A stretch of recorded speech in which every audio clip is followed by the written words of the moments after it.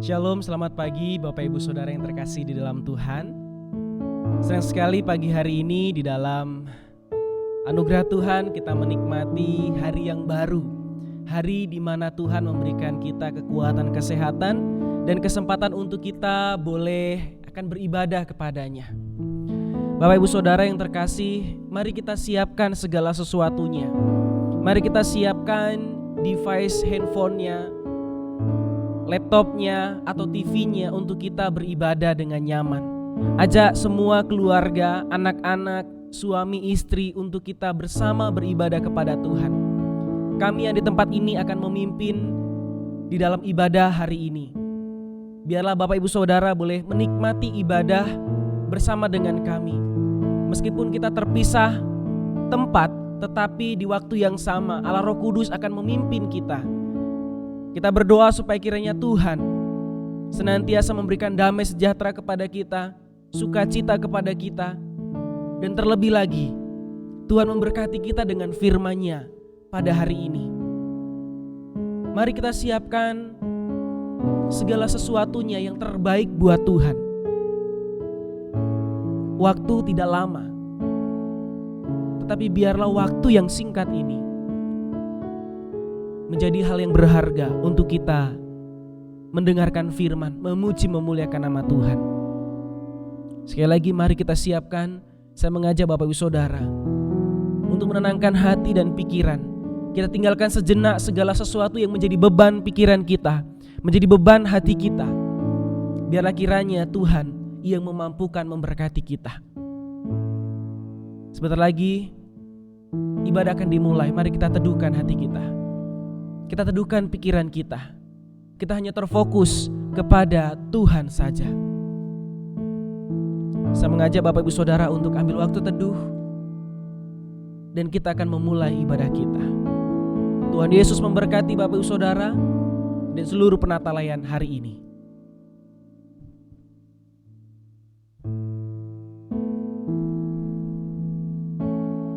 Selamat pagi jemaat yang dikasihi Tuhan.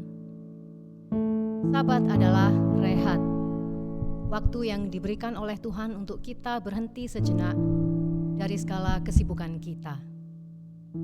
Di hari Sabat yang indah ini, mari kita datang kepada Tuhan, menaruh segala penat dan beban kita di bawah kaki-Nya, menyembah Dia dan mendengar suara-Nya. Mari kita bersaat teduh sejenak.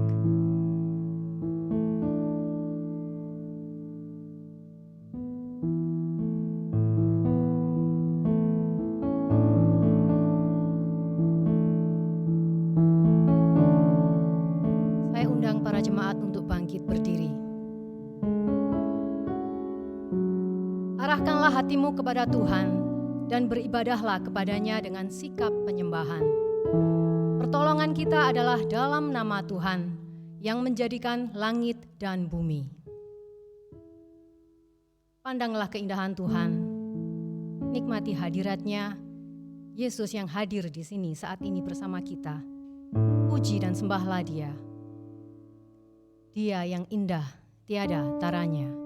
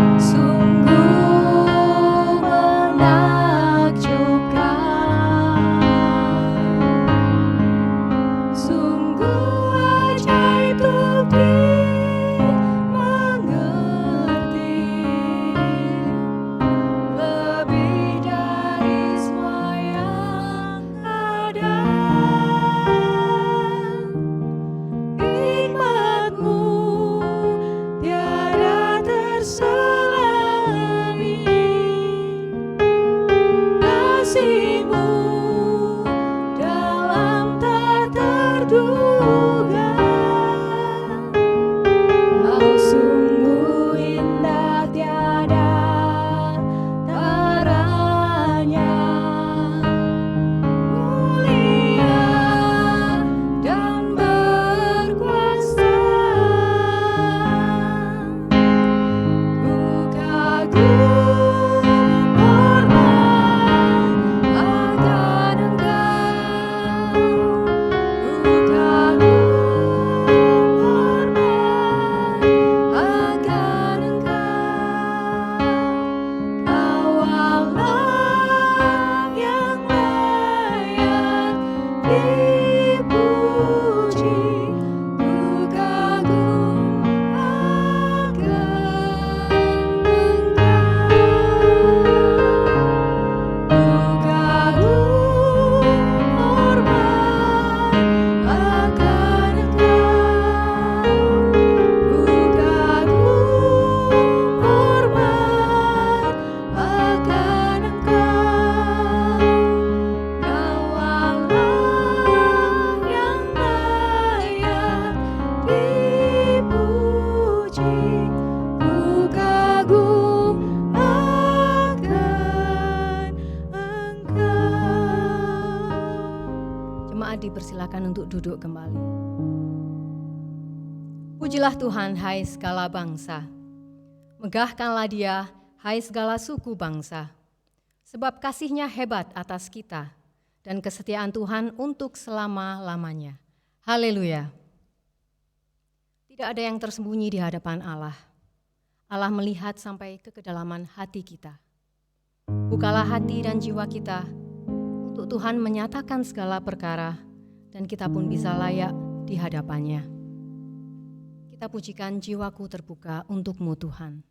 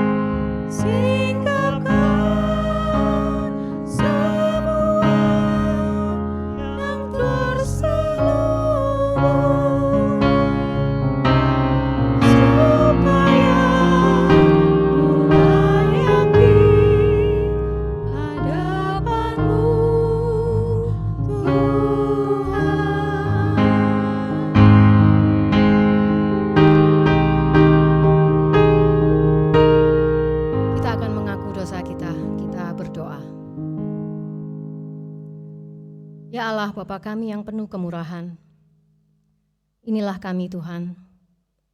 Tidak ada yang bisa kami tutupi di hadapan-Mu. Kami mengaku segala dosa dan pelanggaran kami. Kami yang seringkali tanpa sadar mengandalkan kecakapan dan kekuatan kami sendiri. Seringkali pula Engkau bukan prioritas di dalam hidup dan cita-cita kami. Ampunilah kami ya Allah yang Maha Murah. Tolonglah kami yang lemah ini untuk kembali mengandalkan Engkau dalam setiap langkah dan laku kami. Demi nama Yesus kami berdoa. Amin.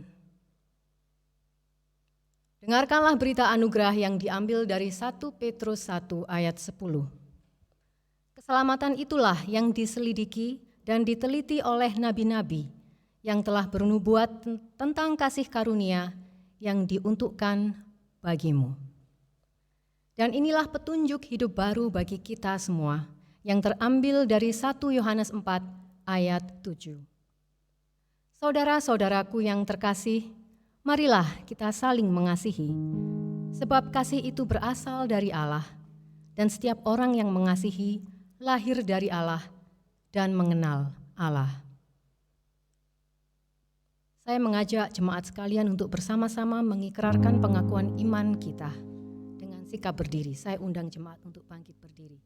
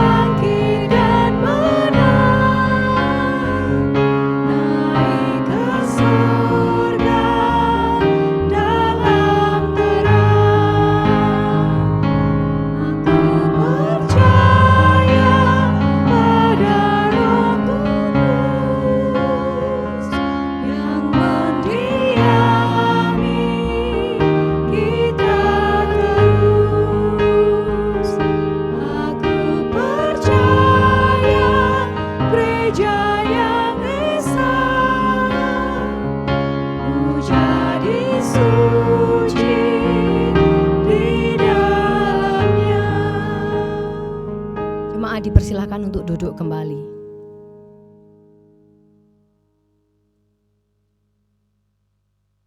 Kita akan bersyafaat yang akan dipimpin oleh Lose Wahyu.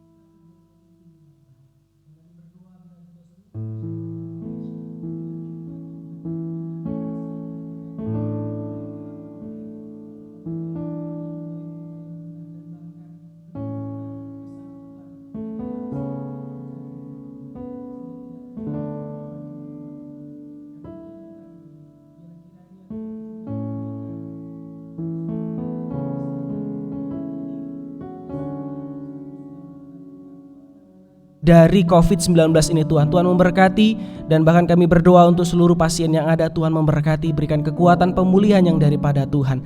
Kami juga berdoa Tuhan, kiranya Tuhan memberkati untuk gereja-gereja Tuhan.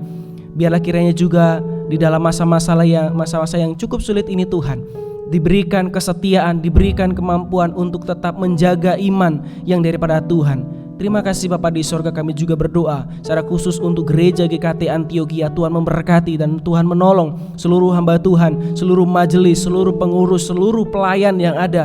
Tuhan memberkati, dan terlebih lagi untuk seluruh jemaat-Mu Tuhan. Mungkin yang mereka saat ini sedang mengalami kesulitan ekonomi, mungkin saat ini mereka sedang mengalami kesehatan yang menurun. Tuhan memberkati, Tuhan berikan kekuatan pemulihan yang daripada Tuhan, dan terlebih lagi iman yang terus setia dan berpengharapan kepada Tuhan. Kami berdoa untuk seluruh program untuk gereja ini juga Tuhan memberkati. Yang merindukan GKT Antioquia boleh menjadi berkat bagi seluruh orang-orang yang boleh mengikuti, dan bahkan untuk orang-orang yang mungkin tidak mengenal dari GKT Antioquia Tuhan. Terima kasih Bapa di sorga, terima kasih. Dan kami juga sebentar akan siap mendengar firman-Mu. Tuhan, siapkan seluruh kami yang ada di tempat ini dan bahkan setiap jemaat-Mu untuk kami boleh mendengar kebenaran firman-Mu. Berkati hamba-Mu, kiranya juga pengurapan yang daripada Tuhan Engkau Allah nyatakan. Terpuji nama-Mu Tuhan, ini doa kami demi Yesus. Amin. Mari sekarang kita menyiapkan hati kita untuk disirami dengan kebenaran firman Allah. Biarlah firman yang hidup itu terus berdiam di hati kita, yang adalah kediaman Allah. Hati ini rumah-Mu ya Tuhan.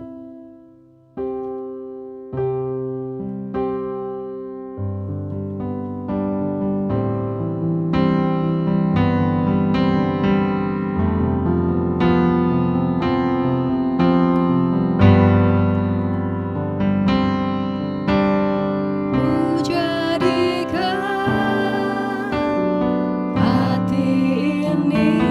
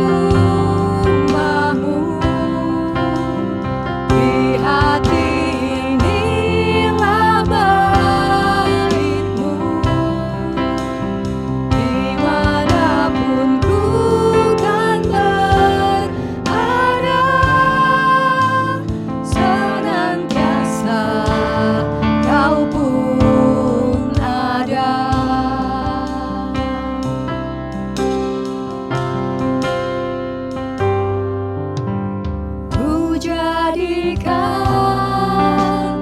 hati ini untuk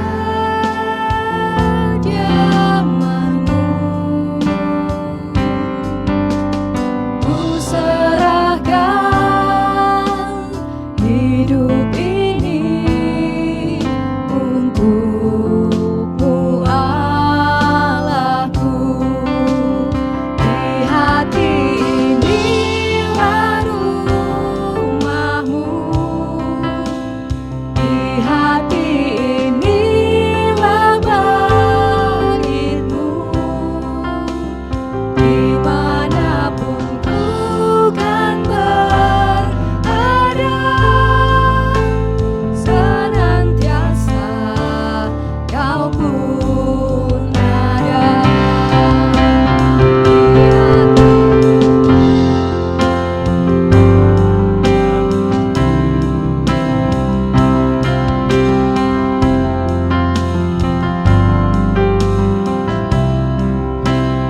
Dimanapun ku kan berada,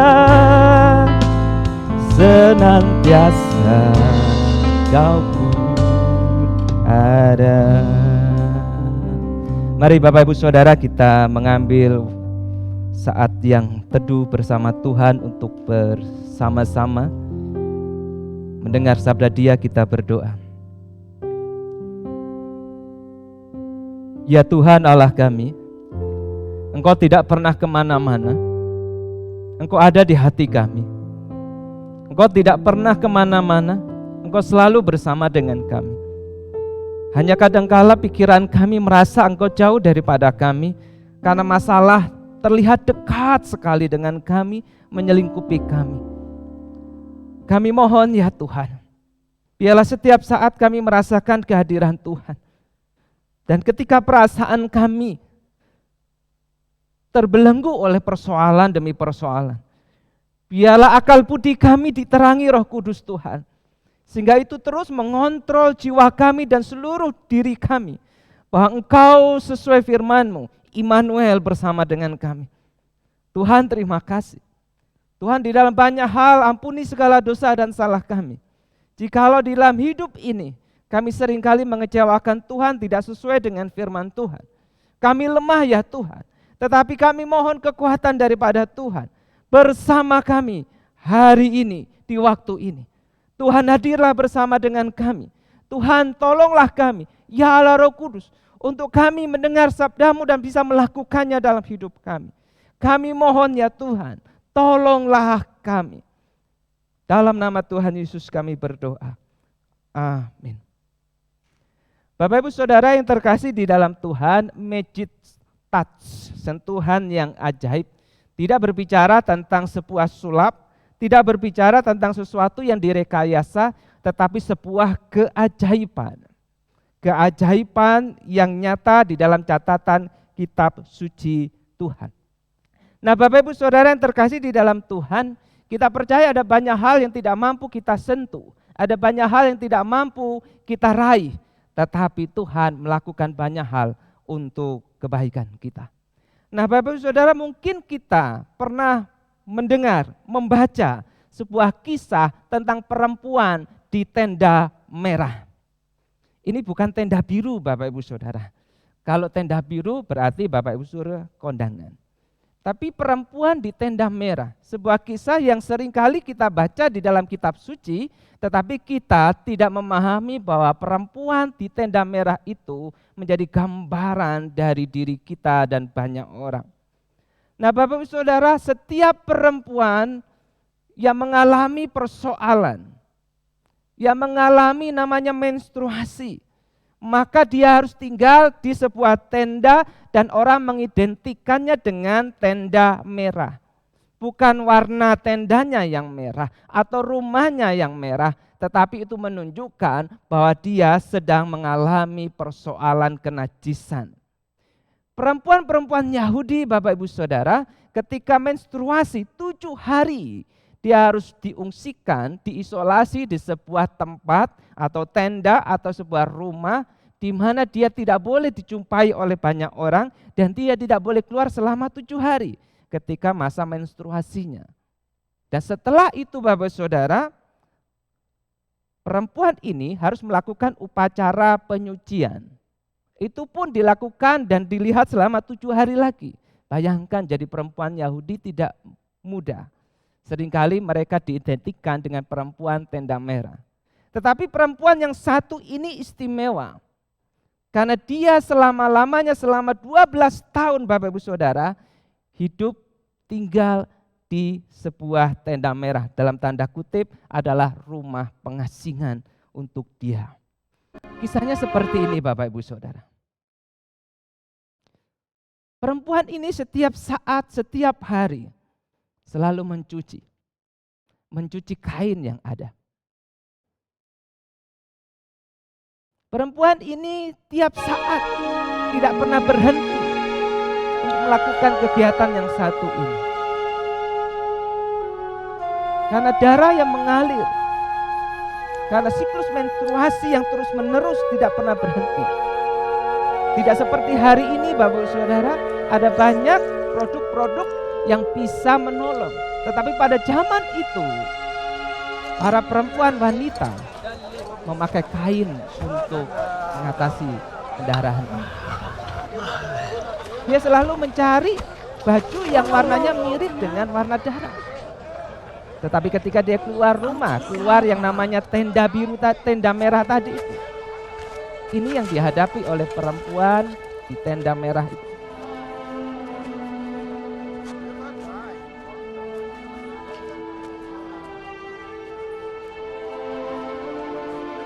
Dia harus menutupi kepalanya supaya tidak terlihat oleh banyak orang. Tetapi orang sudah pada tahu bahwa dia perempuan tenda merah. Namanya tidak pernah disebutkan dalam kitab suci karena memang menyebut namanya pun orang enggan.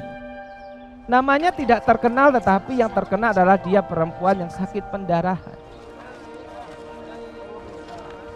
Namanya selalu menjadi idola daripada gosip-gosip negatif. Tetapi tidak pernah ada orang yang mau bersentuhan dengan dia.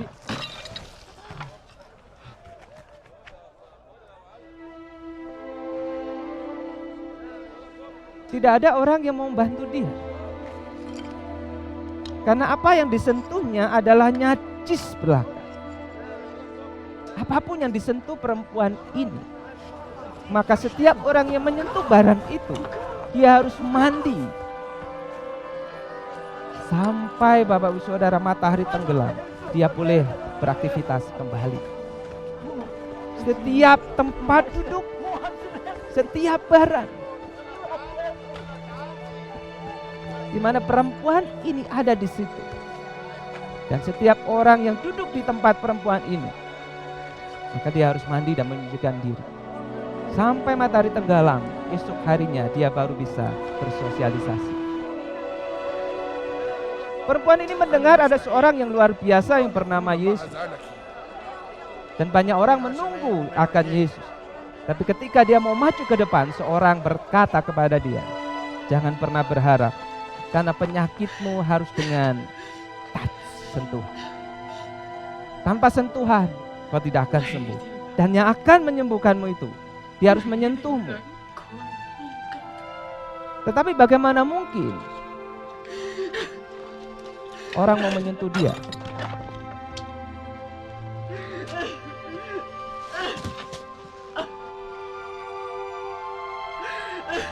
Di dalam kegelapan dia menangisi, bagaimana mungkin ada orang yang mau menyentuh dia?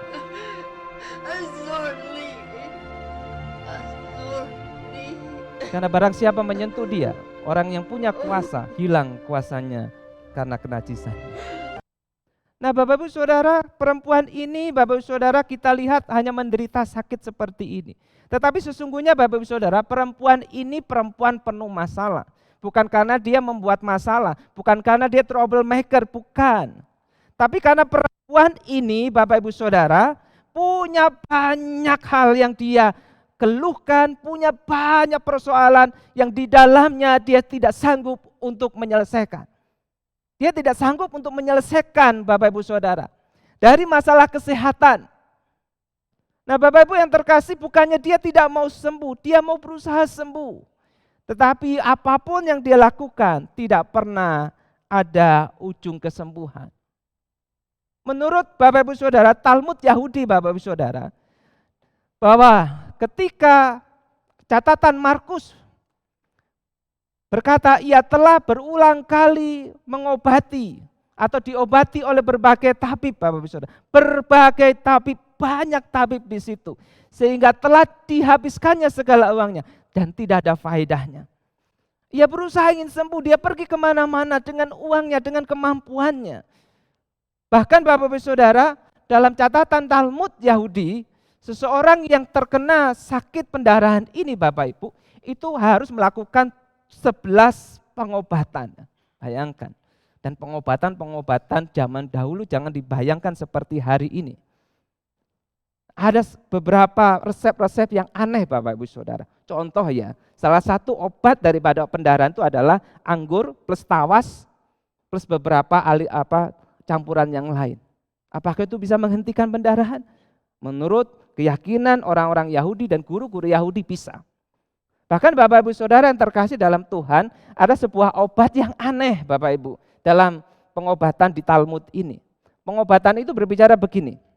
Jadi bagi seseorang yang sakit tertentu, itu obatnya adalah biji-bijian yang ditemukan di kotoran keledai. Ya, bukan kopi luwak, bukan. Ya. Nah, Bapak Ibu Saudara itu salah satunya. Bahkan Bapak Ibu Saudara yang terkasih dalam Tuhan, ada banyak pengobatan adat dari bubuk tengkorak serigala, bubuk macam-macam. Dan itu aneh. Bayangkan dengan pengobatan seperti ini, apakah ada kesembuhan? Enggak. Berkali-kali diupayakan enggak sembuh, Bapak Ibu Saudara. Kenapa bisa demikian? Pengobatan yang dilakukan itu bukan pengobatan medis yang tepat dan benar. Nah, Bapak Ibu yang terkasih di dalam Tuhan, Bapak Ibu kalau mau pilek ya Bapak Ibu, dan sekarang pilek ya, orang Yahudi itu punya obatnya. Sederhana Bapak Ibu Saudara. Kalau ada yang pilek disuruh mencium hidung keledai. Itu salah satu pengobatan yang ada di dalam Talmud Yahudi. Betapa aneh bukan? Nah, ketika orang perempuan ini memiliki masalah kesehatan, dia mencari cara supaya dia bisa disembuhkan, tetapi tidak kunjung sembuh. Sebuah persoalan yang bukan hanya perempuan ini alami. Mungkin Bapak Ibu juga akan mengalaminya dan sedang mengalaminya. Berulang kali pergi ke dokter tidak pernah ada kemajuan. Mungkin Bapak Ibu juga mengalaminya. Ketika Bapak Ibu sudah berusaha menjaga kesehatan tetapi kesehatan selalu digoda dan itu turun naik. Nah, Bapak Ibu yang terkasih di dalam Tuhan, makanya persoalan perempuan ini tentang kesehatan seringkali juga kita hadapi. Persoalan yang kedua adalah keuangan. Catatan yang kita baca tadi menyatakan bahwa segala uangnya habis Bapak Ibu. Habis untuk pengobatannya. Jikalau kita ibaratkan pada hari ini perempuan ini akan menjual TV-nya, menjual kulkasnya, motor bebeknya, atau menjual apapun, tanahnya, apapun itu untuk melakukan pengobatan. Dan itu seringkali kita jumpai bukan di dalam masa-masa hari ini. Untuk bisa sembuh apapun dilakukan. Demikian perempuan ini, dia berusaha segiat-giatnya. Apapun dia lakukan untuk sembuh. Bapak Ibu Saudara, hari-hari ini kalau ditanya, apakah yang paling berharga di dalam hidupmu? Orang tidak akan berkata nomor satu adalah harta, tapi nomor satu adalah kesehatan. Karena kesehatan itu lebih berharga dari berapapun harta.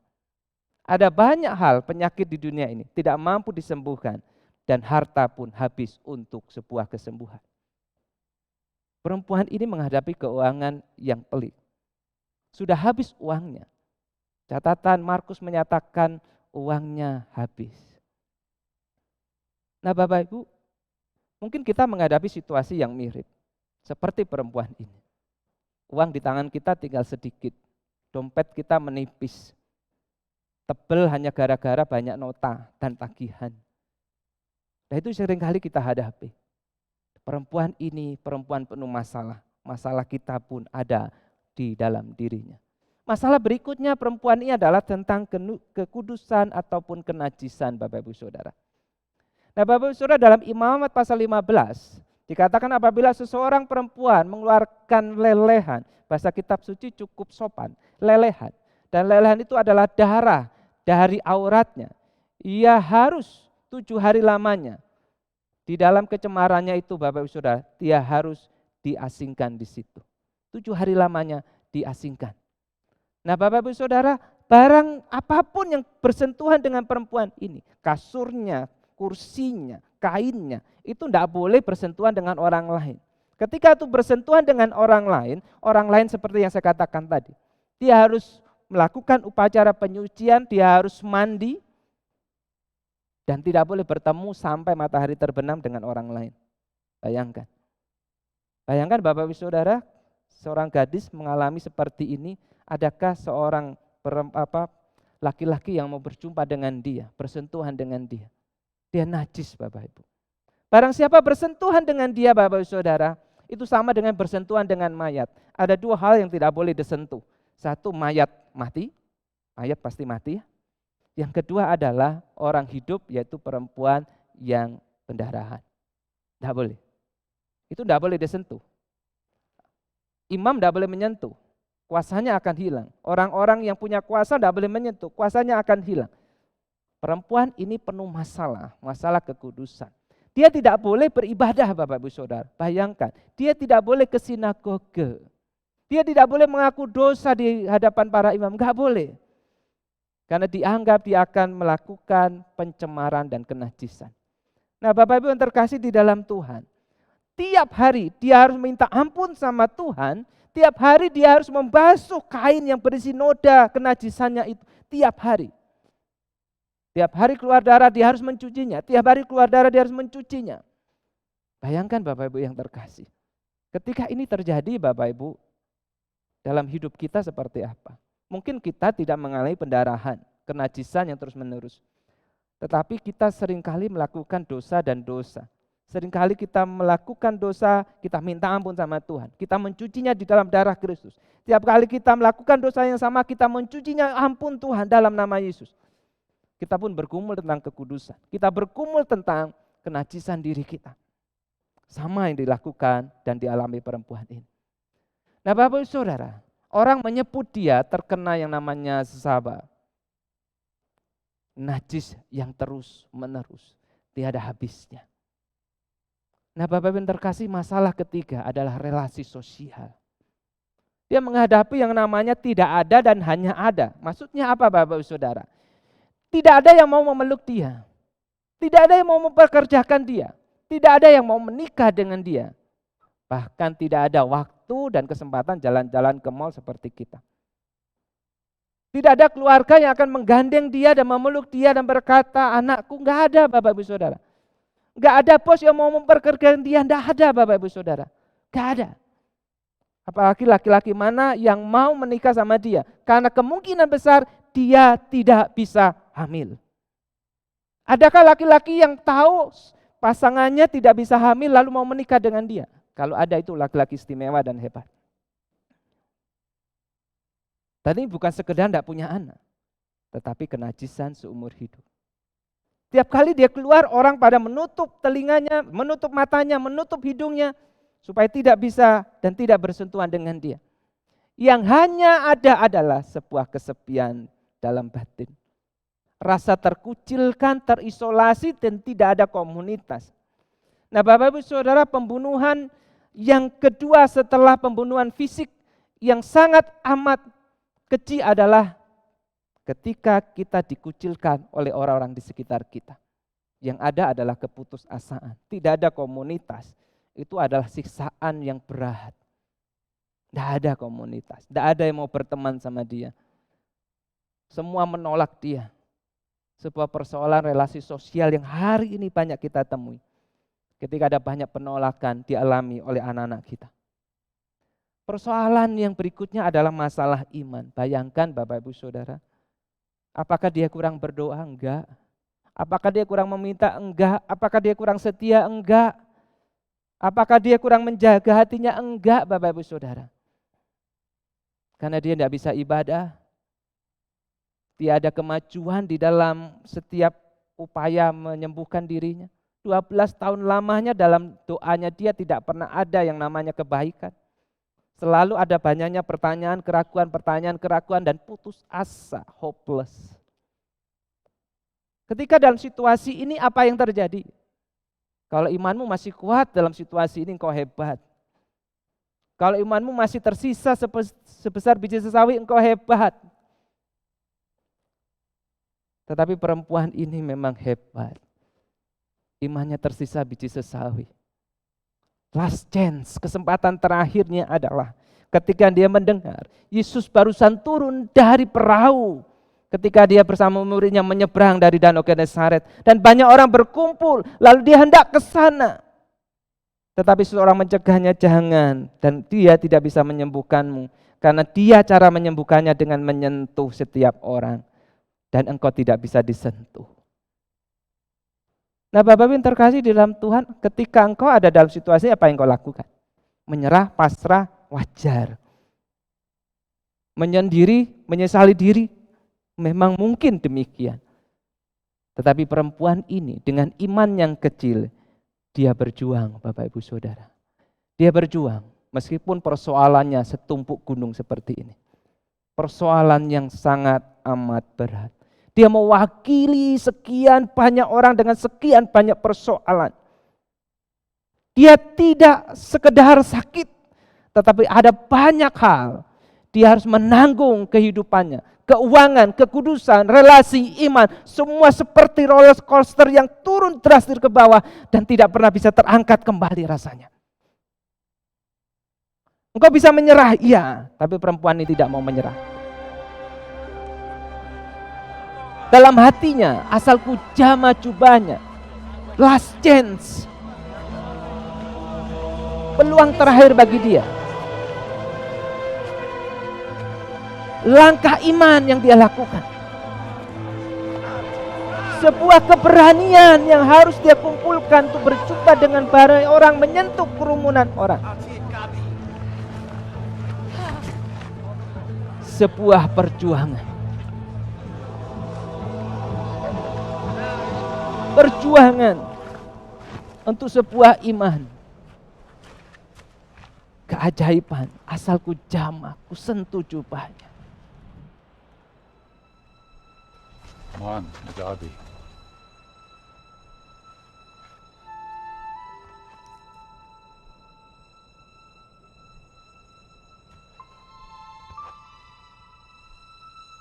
Yesus tahu Bapak Ibu Saudara. Dia menyentuh perempuan ini karena sudah tidak najis lagi.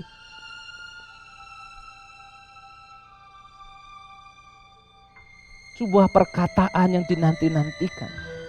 Malte Bakti. Imanmu membuat engkau sembuh. Sebuah kemerdekaan atas sebuah persoalan, bukan sebuah segudang persoalan besar. Sebuah kemerdekaan yang dinanti 12 tahun lamanya.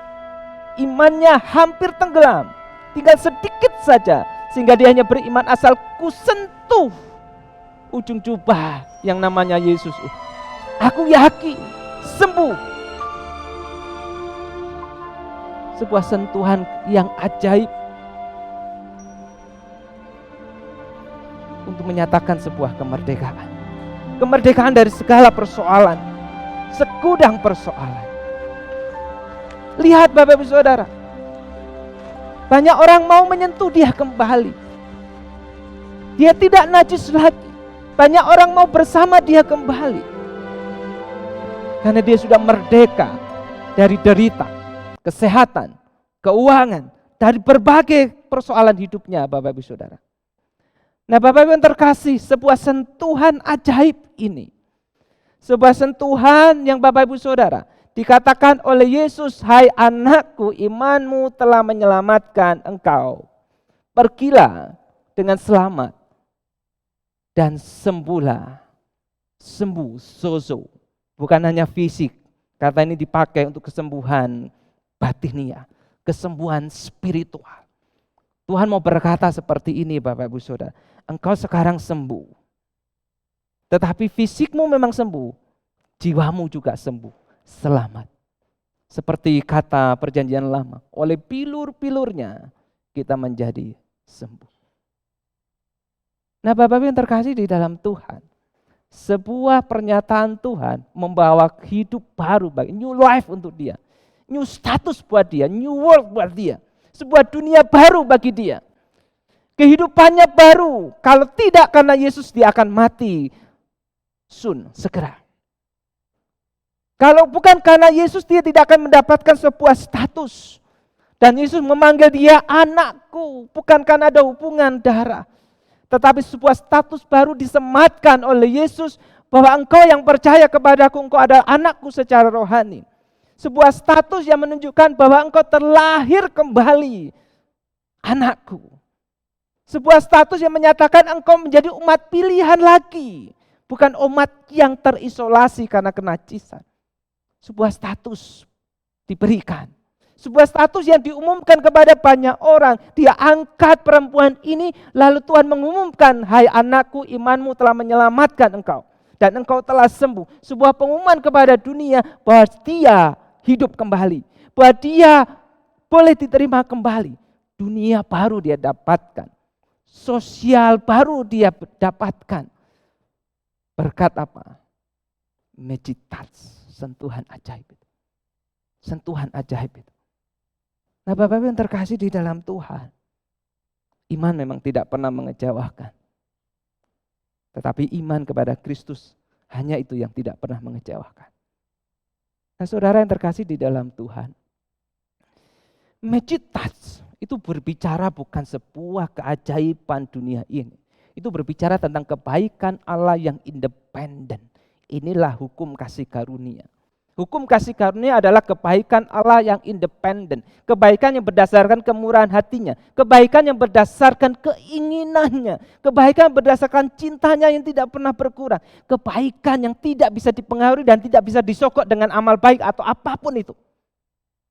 Kebaikan yang independen.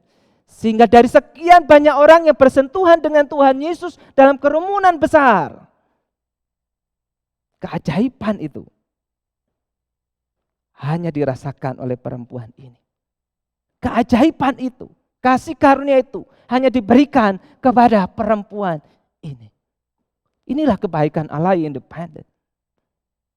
Bahwa keajaiban itu bisa ketika Allah dalam kebaikannya berkehendak demikian.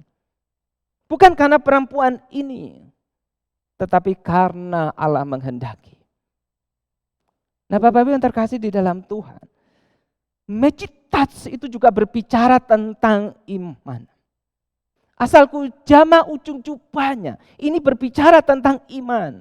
Bukan berbicara tentang keyakinan pribadi, bukan. Bukan berbicara tentang akan positive thinking, bukan. Tetapi berbicara tentang siapa yang aku tahu bisa menyembuhkan aku dan menyelamatkan aku. Yesus Kristus. Itu iman. Sehingga Bapak Ibu Saudara, Martin Luther berkata begini, kepercayaan yang hidup itu iman. Iman itu berani dalam kasih karunia. Bukan berani di dalam keyakinan diri. Bukan berani dalam pengetahuan pikiran kita. Enggak. Tetapi berani di dalam kasih karunia, yaitu kebaikan Allah yang independen. Meskipun, katanya Martin Luther, resiko kematian 1000 kali pun, dia tetap beriman. Dia tetap beriman. Itu iman. Billy Graham menambahkan seperti ini Bapak Ibu Saudara, tentang iman. Iman itu artinya percaya ada Tuhan. Percaya ada Tuhan, iya enggak cukup. Tapi Tuhan yang cinta, iya. Cinta dengan apa? Mengirimkan Yesus Kristus. Jadi iman itu adalah percaya bahwa Allah ada mengirimkan Yesus Kristus karena cintanya, bukan karena diri kita. Sebagai juru selamat kita dan peserta penuh dalam hidup dan mati kita. Itu iman. Nah, Bapak Ibu Saudara, ada banyak hal sentuhan ajaib itu karena kebaikan Allah terjadi. Dan juga karena iman terhadap kasih karunia Allah itu terjadi. Nah, Bapak Ibu yang terkasih, dalam banyak hidup ini Bapak Ibu Saudara, kita akan menghadapi yang namanya putus asa. Ada banyak hal kita tidak bisa pahami dan mengerti kenapa itu terjadi. Ada banyak usaha tetapi gagal dan gagal. Sama seperti perempuan ini, putus asa. Segala upaya dicoba, harta benda dikeluarkan semuanya, tetapi gagal dan gagal. Kita juga seringkali bergumul dengan sakit penyakit sama seperti perempuan ini. Ada yang bergumul dengan sakit di kakinya tidak kunjung sembuh. Ada yang bergumul dengan kanker yang tidak kunjung sembuh, tetapi kematian menanti di depan.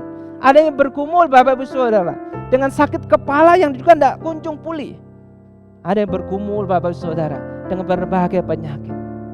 Ini bukan berbicara usia, ini bukan berbicara lansia, tetapi ini adalah berbicara tentang kerapuhan diri kita sebagai manusia. Kadang kita sudah menjaga makan sedemikian rupa, tetapi kemudian sakit datang mengunjungi kita dan tidak mau pergi daripada kita.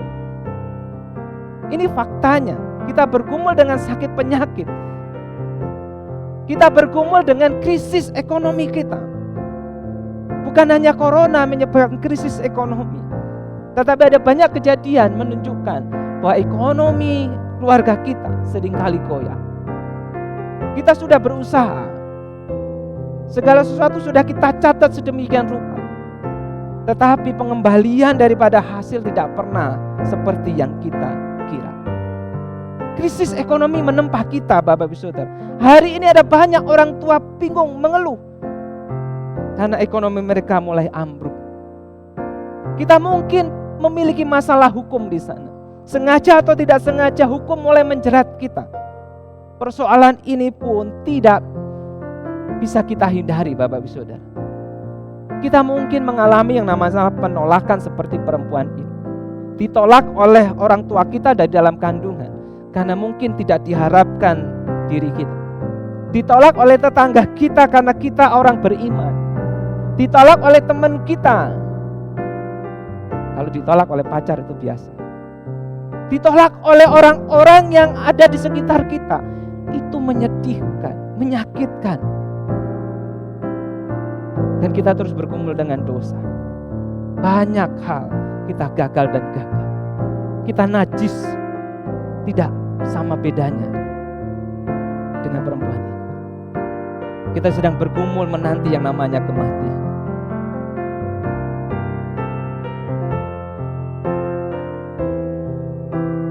Tetapi apakah Allah tidak peduli sama kita? Allah peduli Bapak Ibu Saudara. Allah mengasihi kita.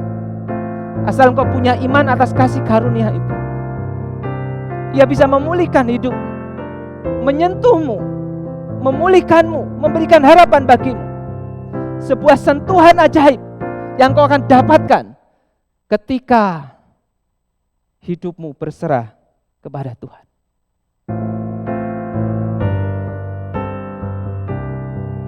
Sebuah harapan baru, sebuah pemulihan, tangan yang membantu dan menolongmu, sebuah penerimaan tanpa batas seperti kata Tuhan, aku mengasihimu ketika engkau masih dalam dosa. Sebuah pengampunan yang terus mengalir dan hidup melampaui kematian. Dengan satu sentuhan Allah bisa melakukan itu dalam hatimu, dalam hidupmu. Bisa. Ketika engkau Bapak Ibu Saudara melihat magic touch itu hanya karena anugerah, hanya karena iman. Tuhan yang beranugerah memberikan kepada setiap kita kepercayaan dan iman. Maka di dalam diri orang beriman ada anugerah Allah yang tersimpan, sehingga setiap orang yang datang dan meminta pertolongan, sentuhan Allah yang ajaib itu tersedia berdasarkan kebaikannya yang independen. Berdasarkan kebaikannya yang independen itu. Kalau Allah melihat itu baik, pasti diberikan. Kalau Allah melihat bahwa aku punya cara supaya apa yang kau alami untuk kemuliaanku, Tuhan akan berikan kekuatan. Only by grace, magic touch given to you. Only by faith, magic touch given to you. Maka mari kita menjalani hidup kita dengan anugerah. Mari kita melangkah dengan iman. Maka Bapak Saudara, apapun yang kau alami, apapun itu, segudang apapun, setinggi gunung apapun persoalan, kalau Allah sudah mengulurkan tangannya, engkau akan dimerdekakan. Mari Bapak Ibu Saudara, kita berdoa.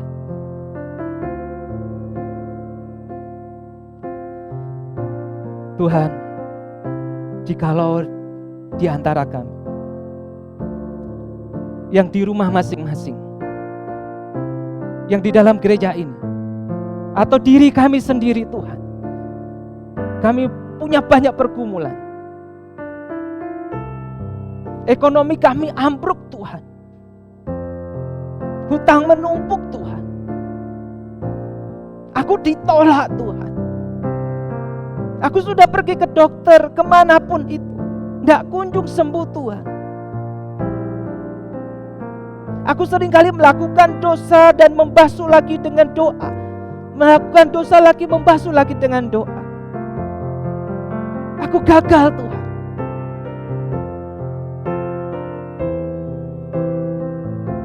Tapi kami percaya Tuhan, Engkau Allah yang peduli kepada kami. Engkau beranugerah kepada kami melalui iman. Iman yang akan membawa kami di dalam sentuhan ajaib untuk memulihkan kami, bahkan memakai kelemahan kami untuk kemuliaan nama Tuhan. Terima kasih Tuhan, terima kasih. Demi Yesus Kristus kami berdoa. Amin.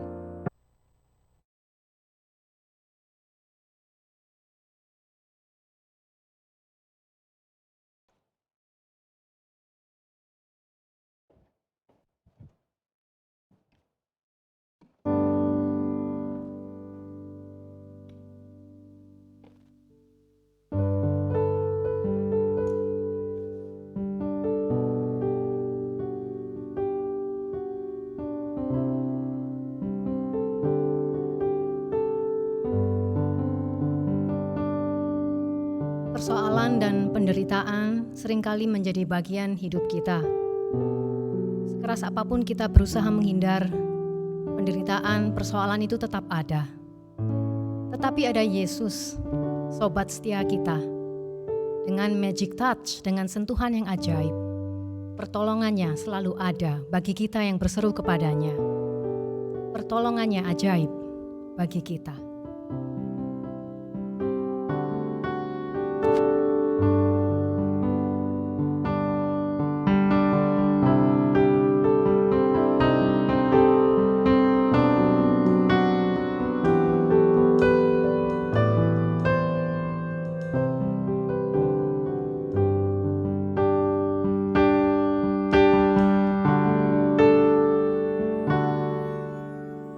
Hatiku tenang berada dekatmu, Kaulah jawaban hidupku. Hatiku tenang berada dekatmu, Kau yang melihara hidupku.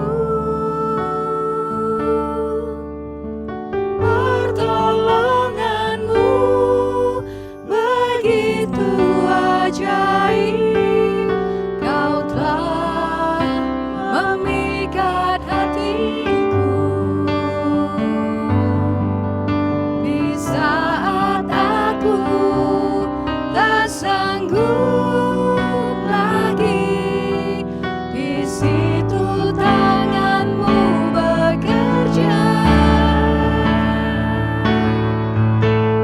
Pertolonganmu begitu ajaib, Kau telah mengikat hatiku. Kini mataku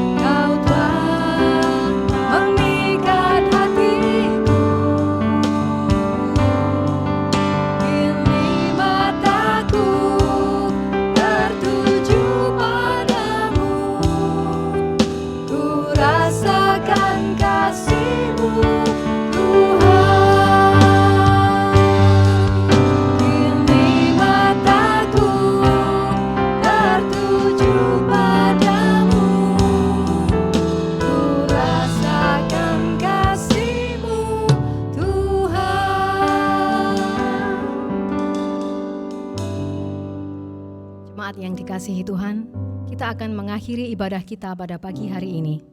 Saya mengajak jemaat sekalian untuk bangkit berdiri. Kita pujikan doksologi dan doa berkat akan dinaikkan oleh Bapak Pendeta Handoko.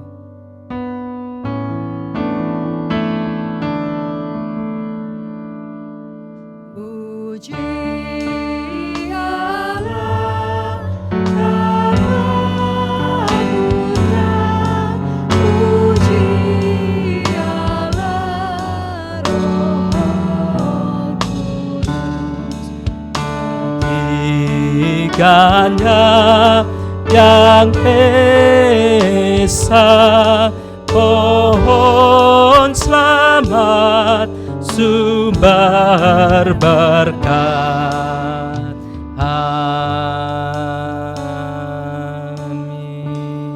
Mari Bapak Saudara dengan sikap berdiri yang di rumah maupun dalam gereja, kita berdoa dan menerima rahmat berkat Tuhan. Ya Allah, kami akan menghadapi kembali dunia dengan berbagai persoalan. Persoalan masih ada di dalam pikul hidup kami, tetapi kami percaya dan tetap percaya Engkau tetap ada bersama dengan kami. Ada banyak hal Engkau menyentuh setiap persoalan kami dan semuanya berakhir dengan rasa syukur. Oleh karena itu ya Tuhan, biarlah iman kami terus bersandar kepada anugerah Tuhan. Mohon Tuhan memberkati. Kasih karunia dari Allah Bapa, keselamatan, kuasa di dalam darah Kristus Yesus, pimpinan, penyertaan, nasihat dan hikmat dari Allah Roh Kudus memimpin hidupmu, menyertai engkau melewati persoalan demi persoalan di dalam iman, dalam anugerah Allah Tritunggal. Amin.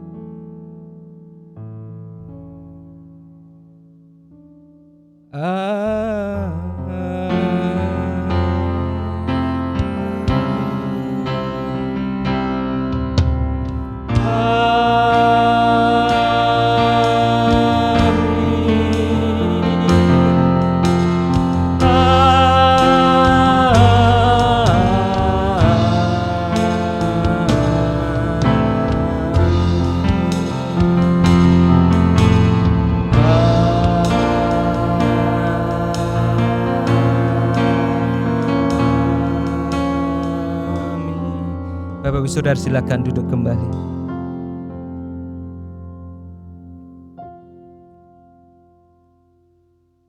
Shalom Bapak Ibu Saudara, selamat hari Minggu buat kita sekalian. Tuhan baik, selamanya baik untuk kita dimanapun kita berada dan di waktu kapanpun. Kebaikan Tuhan dinyatakan untuk kita hari ini, Tuhan menolong ibadah kita.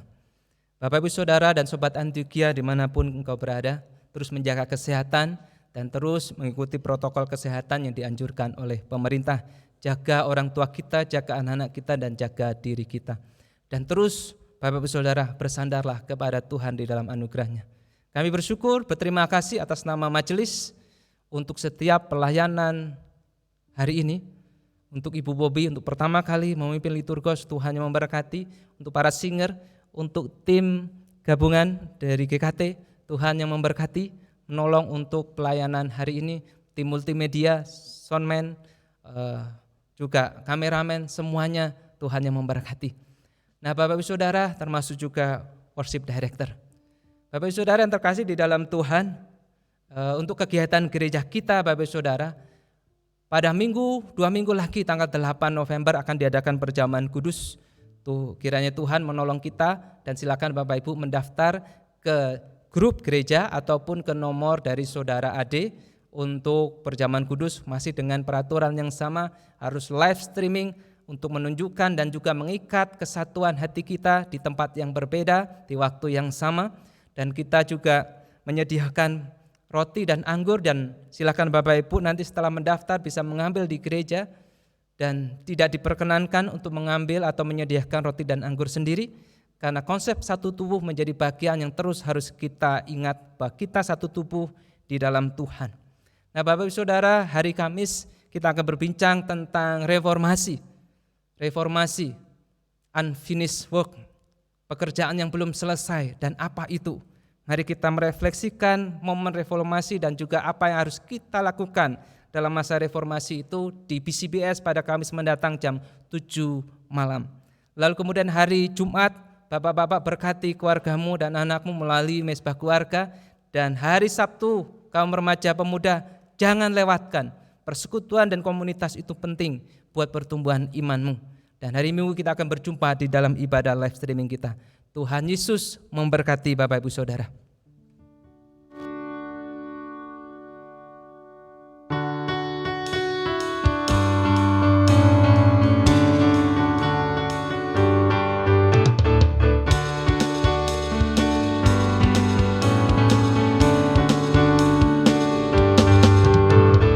Tiada terukur besar kasih setiamu Tuhan, panjang dan lebarnya melebihi lautan, jauh tinggi mengatasi langit, dalamnya tak dapat kuselami. Kasih setiamu besar selamanya, kasih setiamu besar selamanya. Hatiku bersyukur, jiwaku memuji, mulutku pun bersorak memuji Engkau, Yesus. Akan perbuatanmu, besar anugerahmu, takkan berhenti ku memuji namamu. Tiada terukur besar kasih